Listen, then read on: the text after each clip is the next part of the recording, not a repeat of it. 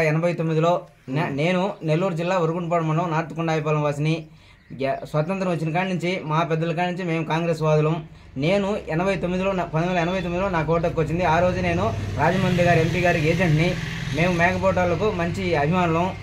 నేను పార్టీకి కూడా అభిమానంగానే ఉంటా. ఇప్పటికీ ఎక్కడ ఏ పార్టీ మారలేదు, ఒకే సింబల్ మీద ఓటేస్తున్నా.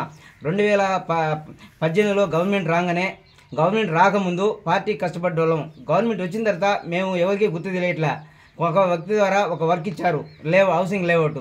ఆ లేఅవుట్కు కమిషన్ ఇచ్చిన, ఆ లేఅవుట్కు బిల్లు రానికుండా ఆపినరు. ఎందుకంటే నేను ఉదయగిరి రావాలంటే మీటింగ్కు గండిపాలెం మీదకి వస్తా, తిమ్మాటిపాలెం మీదకి రాను. వాళ్ళ సంచులు మొయ్యలేను, వాళ్ళు జయ్యలేను. మేకపోటాలు అంటే జిందాబాద్ అంటే వాళ్ళకి ఇష్టం లేదు.